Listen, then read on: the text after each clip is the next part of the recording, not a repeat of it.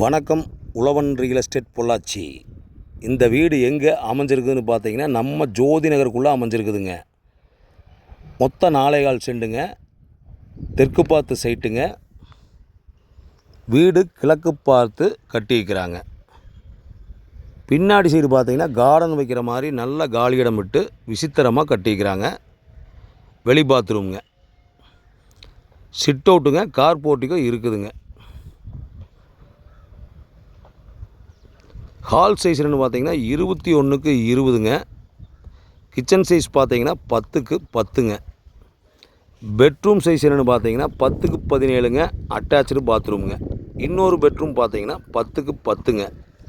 போர் இருக்குதுங்க, நல்ல தண்ணி இருக்குதுங்க. மொத்தம் 1350 சதுரடிங்க.